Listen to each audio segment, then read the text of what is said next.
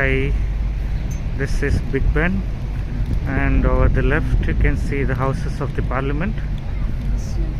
And this is we are taking a cruise over the River Thames. You can see a bridge over the River Thames. This is our boat.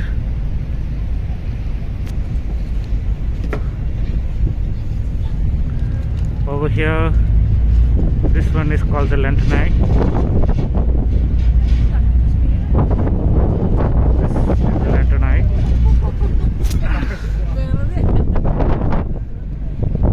I'm cruising over the River Thames.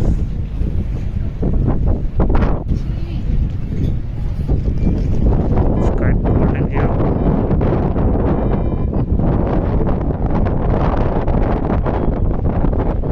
Any smokers on board, you can smoke at the back of the vessel upstairs. So we've got a couple of options for you this evening, folks, on your trip down to the town. We have a machine in the bridge. It's a camera downstairs on the cameras, and I can see all of the lovely passengers upstairs on the top deck. So with a show of hands, who would like me to press play? With a show of hands, who would like me to stay on the mic and share some of my local knowledge in the form of a live commentary? That's not a problem at all. I do have to stress, I'm not a professional tour guide. I'm a crew member on board this vessel, and your safety will always be number one. So we'll start off what's in front of us. We have the Palace of Westminster, also referred to as the Houses of Parliament or Big Ben. But in fact, it's not called Big Ben. Big Ben is the bell, the 13-ton bell inside the Elizabeth Tower. The building currently has more support than our government itself. It's where all the big decisions are made, all of the law changes here in the UK. The bell chimes 3 times a year. That's Remembrance Sunday, the Queen's birthday, and on New Year's Eve.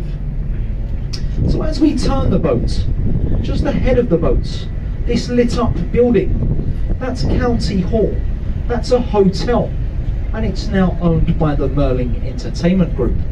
It's where you'll find Shrek's Adventure, the Sea Life Centre, and the London Dungeons, and a lovely restaurant that sells the best Angus beef by the name of McDonald's. Well worth a visit. On the right hand side, you cannot miss it, it's the biggest attraction in London. It's the 5th biggest observation wheel in the world. It's the London Eye. The London Eye was put here in London in the year 2000 by British Airways. It was only meant to be here for a couple of years, but due to its financial success, it's now here to stay. On a clear sunny day, in the height of our peak season, the London Eye makes £250,000 a day. That's £17,000 on one rotation.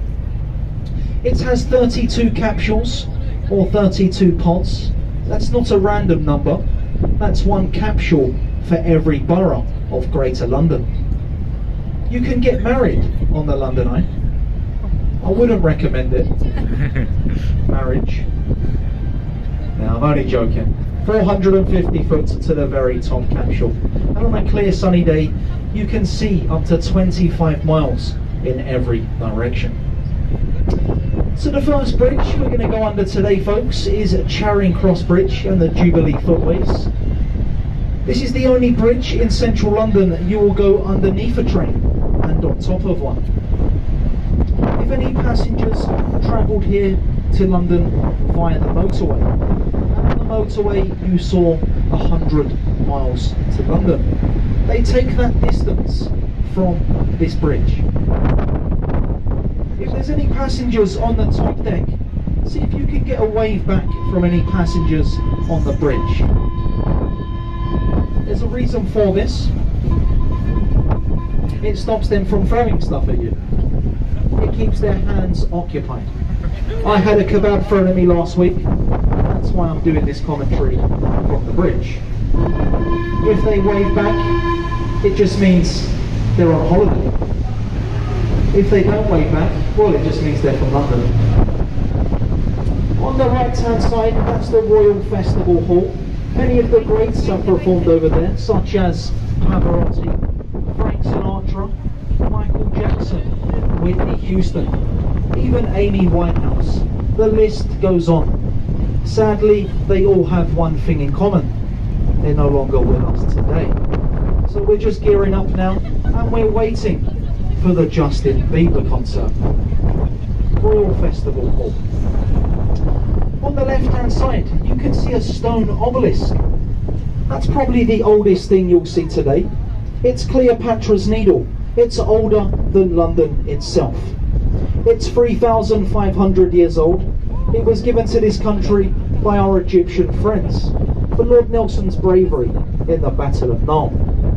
They make those obelisks in pairs. The other one stands in New York Central Park.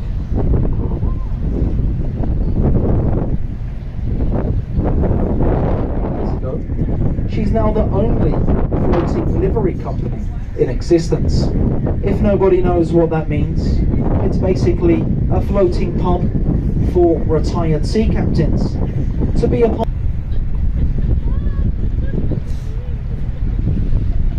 On the right hand side, you'll shortly see a red brick building with a tower lit up in red that says OXO. That's the famous OXO Tower, or better known as Mum's Gravy. It's completely illegal to advertise on the banks of the River Thames.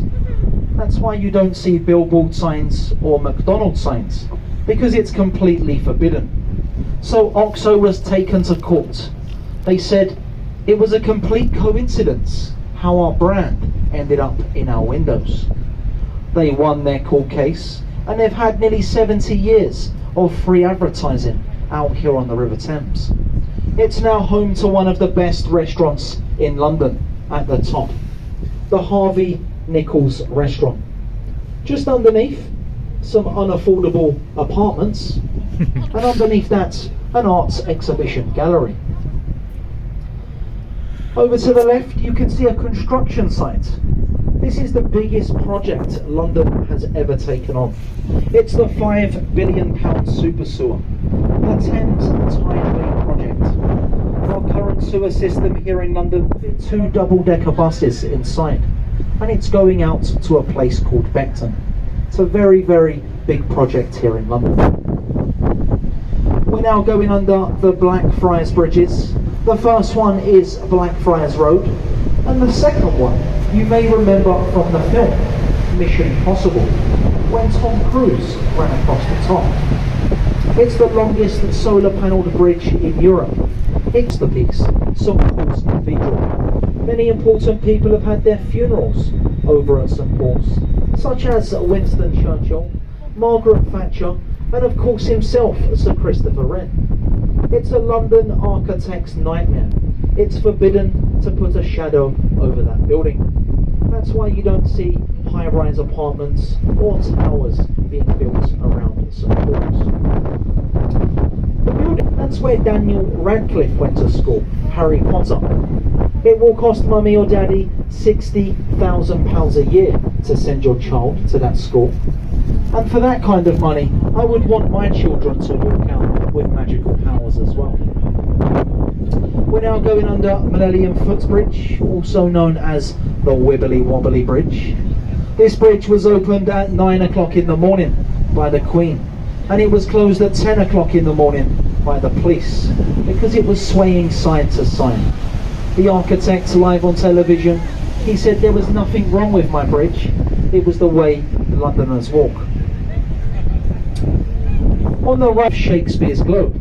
It's the only thatched roof you will see in London today, because after the Great Fire of London, all thatched roofs are now banned. You can see a play over there, folks, for as low as £5. That's not bad value for money.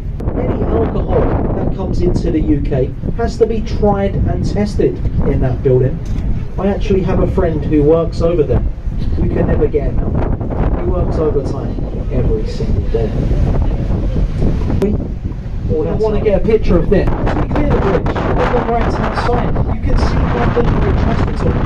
That's the most expensive private hospital on the banks of the River Thames. They specialise in heart attacks. because when you get your bill, well, it's very, very expensive.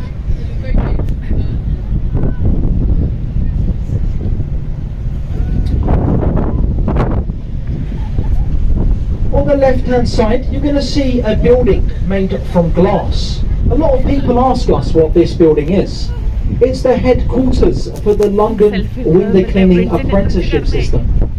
It's where you'll meet Sammy the Chamois or Mr. Luigi the Squeegee. Now, I'm only joking, folks. It's Channel 5's Health Lottery.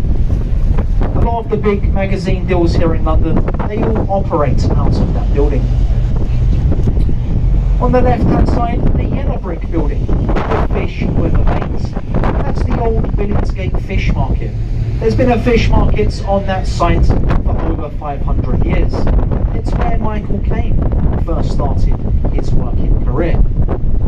Fish has expanded in London over the years, so they have moved to a bigger location. It's now east of Canary Wharf. Patrick's Day in 1938 in the Harland and Wharf shipyard. That was the same shipyard that built the Titanic. It was one of the first British ships to fire its guns on anger on D-Day, and it last saw action in the Korean campaign. It's now a floating museum. You can go on board all 9 decks with the children. It's a good day out for the kids. The Belfast has 6 main guns up forward and 6 main guns to the stern. Those guns were capable of firing 100-pound shells for 14 land miles. Now, if I worked on that boat, those guns would be